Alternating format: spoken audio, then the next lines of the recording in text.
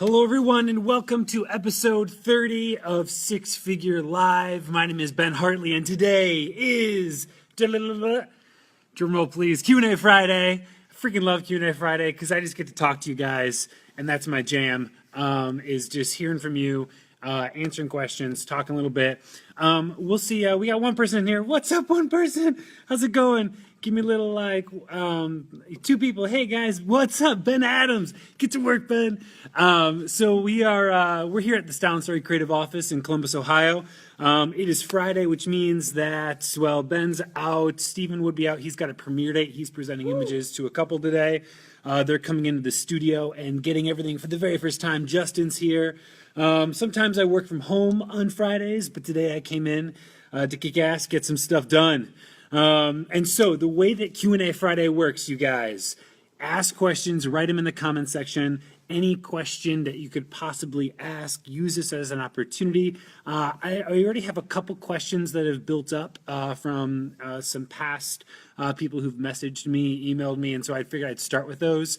The way that this tends to work too is if you were watching this not live, I feel like there's got to be a word for it. I'm sure there is, but I'm blinking. If you're watching this not live, just a recording, there it is, just go ahead and write in a question anyhow. And then I'll keep an eye on this throughout the day and get back to you guys with answers. No question you can't ask. It's all fair game. So anything from business to shooting to editing to the crew to work-life balance to making it, whatever.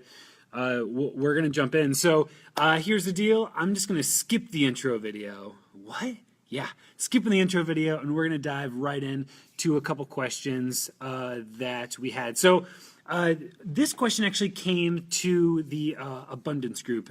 So for those of you who don't know, in February, we held a workshop here in Columbus, Ohio, called Abundance and Maximizing Joy, Meaning, and Profits. And we're holding it again in December. December 4th is going to be the second round. But there's a private group of the 12 students who attended last year. And it's an incredibly active group, and I freaking love it. And they're always asking questions. And there was a great question that was asked yesterday, and we were all getting on there and going back and forth about the answers. And so I wanted to address that question here because I think there's a ton of value for you guys to hear it. And so one of the photographers had asked that she has she has a client that had originally booked her for a 2017 date, and now because things happen, life happens, things changes, the wedding is getting pushed back to 2018. It's like 2 years from now, and she's like, I don't know what to do. Do I cancel the contract? Do I hold it? Like, I don't know what's going to be going on in 2018. My prices are going to go up. How do I handle this situation? And so I kind of feel like there's really two ways to go about it. There's technically probably three. But I want to give you guys kind of the thoughts that I have on this and the take that I kind of offered. And so the two main ways that I see going about this is either A, you hold the deposit, you keep the deposit that they made, and the contract is voided, and then they can choose to sign back on for another contract for 2018, right? And that would be 2018 prices, that whole system, and they would have to do a whole new deposit for that option. Okay, so that's really like the first way is say, you know what, I don't know what's gonna be happening in 2018. Prices might change. I'm sorry, we can connect when you have the date more specified, or we can do another deposit. But the original contract is void. That's really not the answer that I would usually give. I guess there's been one situation where I have, and it all depends on how far until the date gets changed. For example, we did have a bride who 1 month prior to the wedding changed the date, right? And so it's like she didn't cancel everything, but it was 1 month prior, and she decided to push the wedding back. And at that point, the retainer was kept, the contract was canceled, and we wanted to shoot the wedding again. We offered, we're like, hey, we would love to do this, but it's going to require another retainer and another contract to move forward. And she didn't want to do that. She didn't like us, but we reserved the date. Now, if it was a year out, or at this point 2 years out, then what I would tend to offer is that I'm very much someone who believes that like my word is bond. If I commit to something, if I give you a price, I'm gonna stick to that price. And I know that there are a lot of business people, there are a lot of people that wouldn't do that. They would say, yes, we can hold the contract, but it's going to be X amount more.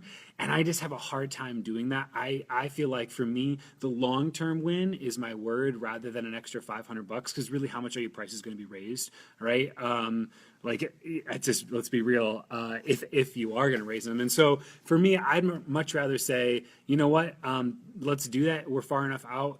We're going to book you for 2018. Nothing's going to change. I'm going to keep the original pricing. I'm not going to go up on you.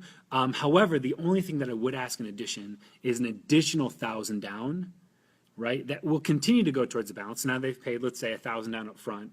Now it would be an additional 1,000 down to hold the date that they just changed to. And then if they cancel everything, they'd essentially be 2,000 out.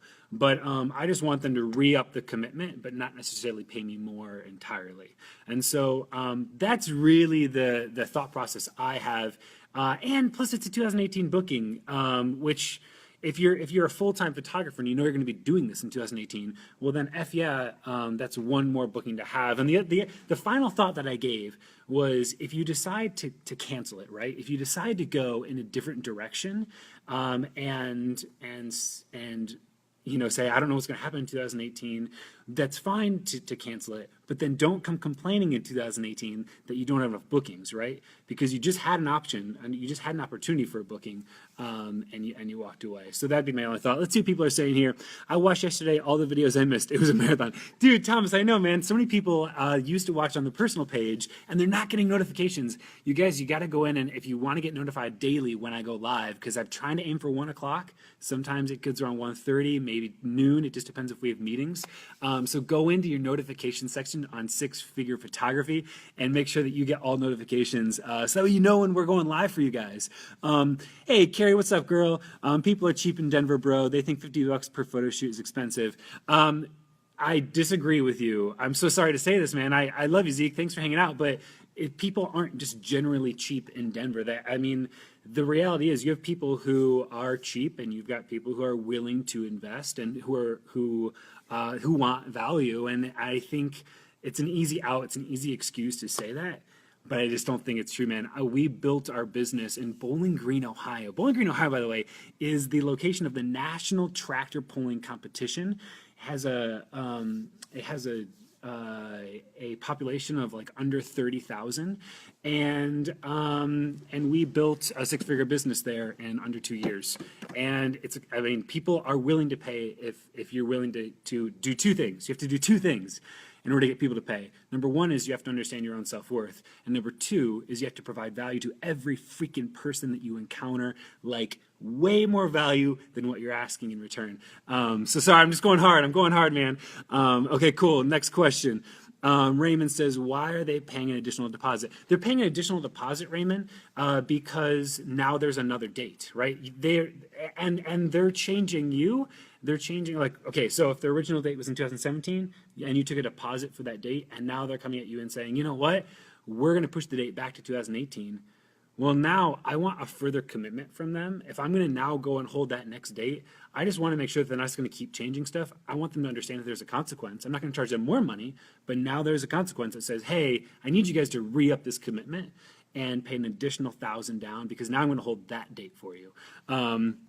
Jacob, what's up, man? Thomas says, when can we buy the book video you're working on? I feel like throwing out right now for, yeah. Dude, so great question. We are in the middle of recording an entire video series. It's not a book, it's an entire video series on how we find clients as a studio, how we keep our 3 photographers, full-time photographers, employed, how we actually reach people. And so we're working on that right now.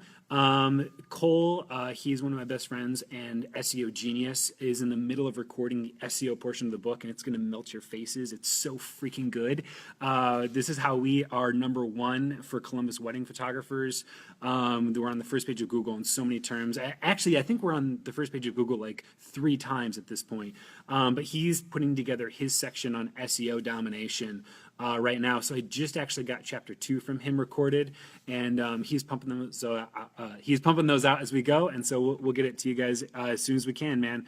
All right, Carrie. Hey girl, still working to establish myself as a high value photographer. Just you got it, man. You got it. And it is. It's showing up every single day. And making sure when you say a high value photographer, the number one thing to make sure that you do is anytime you enter into a relationship with another human being, with another company, always make sure that you are the one who's providing 51% of the value, right? At every single time. Always up front. You should never be asking anything in return until you step up and you provide something. This is why every time someone comes into our studio just for a pre-consultation meeting, they haven't even booked us. A few things happen. Number one is they walk away with a physical print. We actually, you guys, we value print so freaking much that you don't even have to become a client of ours to get a physical print. When clients come into our office just to meet with us and to hear what we're about, we actually take a picture of them and we print it for them right there. They leave with a print. They're walking away with a gift bag with wine. They're walking away with a physical magazine contract. We're just making sure that every step of the way, before they even make any move towards us, that we're already ahead of the game in providing value. Let's keep reading here. Nate, what's up, my bud? Mike, how much is your standard deposit? Every single deposit that we do is $1,000 down. And you know what? That's something that I've always done it that way. I've never changed, but I would be interested in revisiting that and taking a look at maybe some other options, maybe doing a percent, because like, dude, we've done like a $30,000 wedding, right? $1,000 down for a $30K wedding isn't quite proportional, and so I think it's something that we actually do need to revisit and get and maybe adjust. So great question, Mike.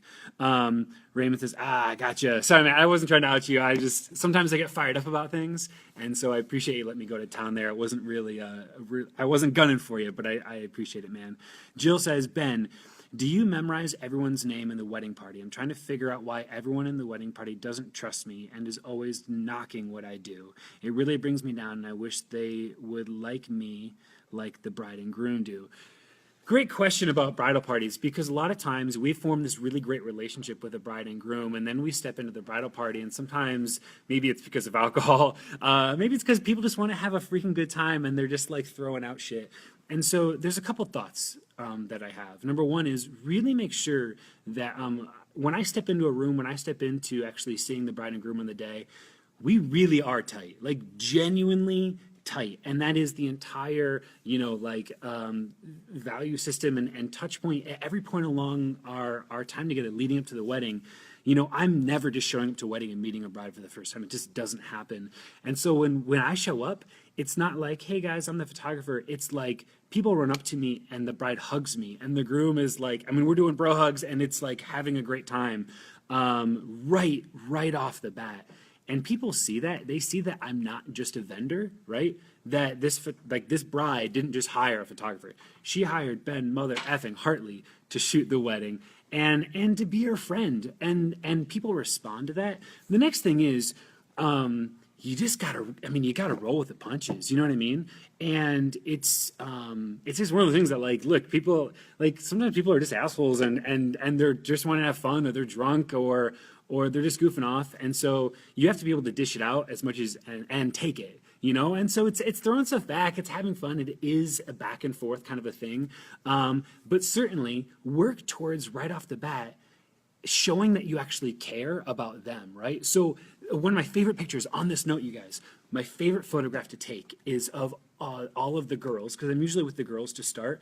All of the bridesmaids, before they've put their dresses on, they usually show up in these cute little robes or something. And so I make sure to ask, can I get a photograph of all the bridesmaids in your robes? And before I take that picture, I stop, I put my camera, I literally put my camera down. I don't want to be seen as a photographer anymore. I put my camera down, I clip it into my belt, I set it aside, and I go up to each bridesmaid and I say, hey, I'm Ben, what's your name?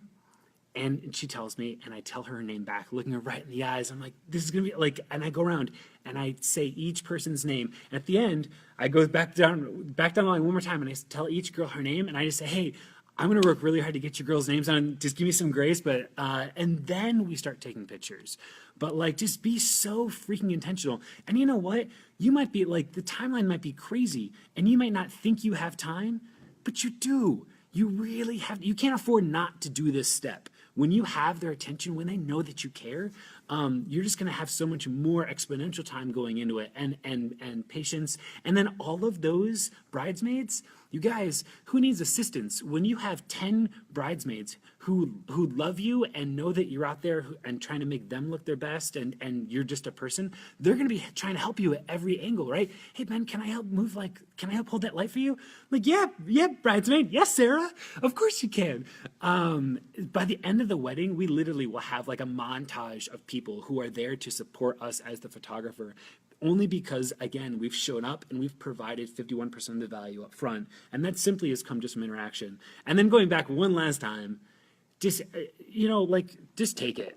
Just take it. Dish it back out, laugh it off, keep moving forward, and you're good. Cool. Elizabeth, you did catch us live. What's up, girl? Okay, Valerie says, magazine contract. That sounds amazing. Have you ever shared your contract before? I love how you spoil your potential clients. I can't wait to do that once I can afford it as I grow. It's actually not that expensive, by the way, to do. Each contract that we print out is about $10. Other than that, a bottle of wine to give someone is about $10. We're at $20 now. And then a Polaroid camera that you can print off all kinds of pictures and take pictures of your guests, or of every client comes to your door, is probably $100 up front. And so now you're at $20 per every potential lead. That's people who come in to actually meet with you. And then $100 for the entire year to take a single picture. Like, if you can't afford to do that, then you're doing something wrong, right? Then you need to charge more money because it's $20. So sorry, that's my little rant. And also on that note too, as you're looking into creating some sort of catalog or editorial or like a magazine kind of contract, a view book, go to Creative Market, you guys. CreativeMarket.com has a ton of options that are super affordable in terms of designs, PSDs, InDesign files that you can customize and use. You don't need to go hire necessarily a specific custom graphic designer. That's gonna get pricey. You can't afford that. Dude, I can't afford that. Well, I did when I started off, because Creative Market wasn't what it is today. But that was like $3,000. I couldn't have afforded that, but here I am anyhow, spending money. All right. I liked you when I was in the bridal. Dude, yeah, Justin was actually a bridal party member, dude, at one of my weddings. And you guys, now he's a groom, right? Sorry, just take what you want from that. Valerie, do you ever make your own prints in-house, or do you outsource large print orders? Any recommendation on printers? So we do make prints in-house, but they're janky little prints. I make prints in-house off of Polaroids. I make prints in-house off of these little, the Canon selfie printer, but they're junky little prints. But it's there because even the junkiest little prints have way more value than the greatest digital file ever made, right? I would hands down prefer these junky little prints of my daughter sitting on my desk for me to see every effing day of my life, rather than a plethora of them on digital. So anyhow, that being said, we use Miller's. Miller's Lab is our main lab for all of our professional prints because of a number of reasons. One is they're incredible. Number two is they're so responsive. They're so fast. The fact that they can do like next day shipping, like drop shipping is just incredible for us, especially when we're doing albums, because we spend so much time on the design process. I want to get that album in my client's hands ASAP. And their support is phenomenal. So that's who we use. Okay, cool. Nate says, Andrea got an email for potentially having the wedding published. What all goes into that for your team? Seems like you guys are getting stuff published all the time. We are, dude. That's awesome. Yeah, so we are getting stuff published all the time because we're putting the effort out there. We really want to see our couples' work featured on blogs and published in magazines. And so there is a lot of work that goes into it. There's some things that you can streamline in terms of some services that we use. Too Bright Lights is one. But at the end of the day, you got to do the legwork for it to actually go out and submit. And once those relationships are founded, you'll discover that you'll have publications who are just reaching out to you. Hey, do you have another wedding? Hey, do you have another engagement shoot that would fit this coming fall season? And as you build those relationships, it just begins to happen. But it's something that we care about. We care about it because my guess is Andrea's face lit up when she heard that, right? What bride doesn't want to know that her work could potentially be seen by thousands of other brides and who are finding inspiration from it? And so it's a value for them, and then it's as well a value for us because now it's a backlink for our SEO, and it's word of mouth. It's all kinds of badass things. Victoria says, "How did your first destination wedding go? Did you have the client pay for travel, food, and hotel expenses? Just asked if I do them. I just got asked if I do them and not sure what I should have to pay for. Any extra advice is helpful." Victoria, that is a great question, and congratulations. That's so cool that you got asked. So badass. I'm so stoked for you. Destination weddings, so we make sure that 3 things are covered for a destination wedding. Kind of 4, but 3 minimum, and then sometimes there's a 4th. Number 1 is travel, so the all air flight. The second is accommodation, so hotel, room, board. Third is a car, if you're going to need it. And then the 4th is we usually do have a per diem in there. So a per diem is going to pay for any incidentals. And that'd be like $50 a day for meals, for let's say Uber or taxes, or just unexpected incidentals that kind of come about. And so those are the things that we have to get covered. So for example, we just booked a wedding that's going to be out in St. Kitts. And so they're going to be flying 5 of us out, putting us all up, doing vehicles for us. And we did not push for incidentals on that one. We're going to be in like the Caribbean. I think we're okay. And so it just depends if you want to kind of charge for incidentals. As you're doing that, by the way, a couple things I really want to encourage you to pay attention to. Number 1 is make sure, please make sure that you upgrade your flight to get on the first booking, okay? On the first, you don't have to be in first class, but just like priority booking or a priority seating or zone 1, because you want to make sure that your carry-on gets on that effing plane. And what happens is when you get into zone 2 and 3 and 4, the carry-on space fills up, and they're going to want to check it. The next thing is I'd encourage you to get a hard case. We've used the Think Tank Airport Security V2, but one of my favorite bags is a hard case, just like a Pelican case. Pelican case are really great. Next is bring cash. Literally bring cash, because cash goes a long way. If you need a bargain, I'm not even kidding, guys. If you need to just bribe somebody to let you get your bag on that plane, or to get you to do whatever it is, just have 5 20s on you in case you need to pull them out in an instant. And then if you are traveling out of the country, make sure that you don't talk about that you're there to photograph a wedding, because a lot of places that will get you in trouble. It'll get you they won't let you in, or they'll try to bill you or tax you for entering the country for work. And so you're a guest at a wedding, and this is your hobby. You didn't hear that one from me. Jill says, great advice. I need to work on being warmer. I'll try this tomorrow. Yeah, you guys, just being warm it's like being friendly, letting people know that you're not the photographer who's there, who's going to boss them around, that this is going to be a really good time. And again, just going back to rolling with the punches. Dude, freaking smile. Do you see how much I smile all the time? It really goes a long way. Okay, cool. Nate says, yes, she was so pumped when she got the email. Awesome, man. Mike says, what's one thing you wish you knew when you started your business? The one thing I wish I knew when I started my business was that brand mattered more than gear. Do you guys hear that? Your gear will not book you more weddings. Your gear will not bring in more money for the business. Your gear will not bring in more leads to the studio. Honestly, your gear won't make you a better photographer. But if I was to invest anything sooner up front, it would have been my brand. It would have been really making sure that my brand was on point from day one, and it wasn't on point from day one. Honestly, when it comes down to spending money on your own business, there's only 2 things that I feel so good about telling other photographers to put money into. Only 2 things do I ever feel 100% confident that I can say, yes, that will be worth it. Yes, that will be a return on investment, well worth it. And that would be 1, brand, right? And number 2 is investing back into yourself. Look, there's no magic bullet of things that you do or gear that you buy or investments that you can make. But the one thing that will fast track you towards success is learning from others who have come before you. And the best way to do that is directly one-to-one and directly through workshops. And so the workshops that I've taken have exponentially changed my trajectory as a business. That's how we build a studio in 2 years that's kicking this much ass, is because I invested early in myself and learned from others who have come before me. Those are the only two things that I would ever tell a photographer to do in regards to spending money. You guys don't buy another 51 effing 2 or Sigma. Actually, no, do get the Sigmas. The Sigmas are great. Okay, cool. On that note, any other questions before I go? Thank you guys so much. By the way, there's so many questions in here. I love it. And on that note, you guys, thank you for showing up. Thank you for asking questions. I really hope that this continues to help you guys out in any way. Again, I'm really excited to have more podcast episodes to you guys.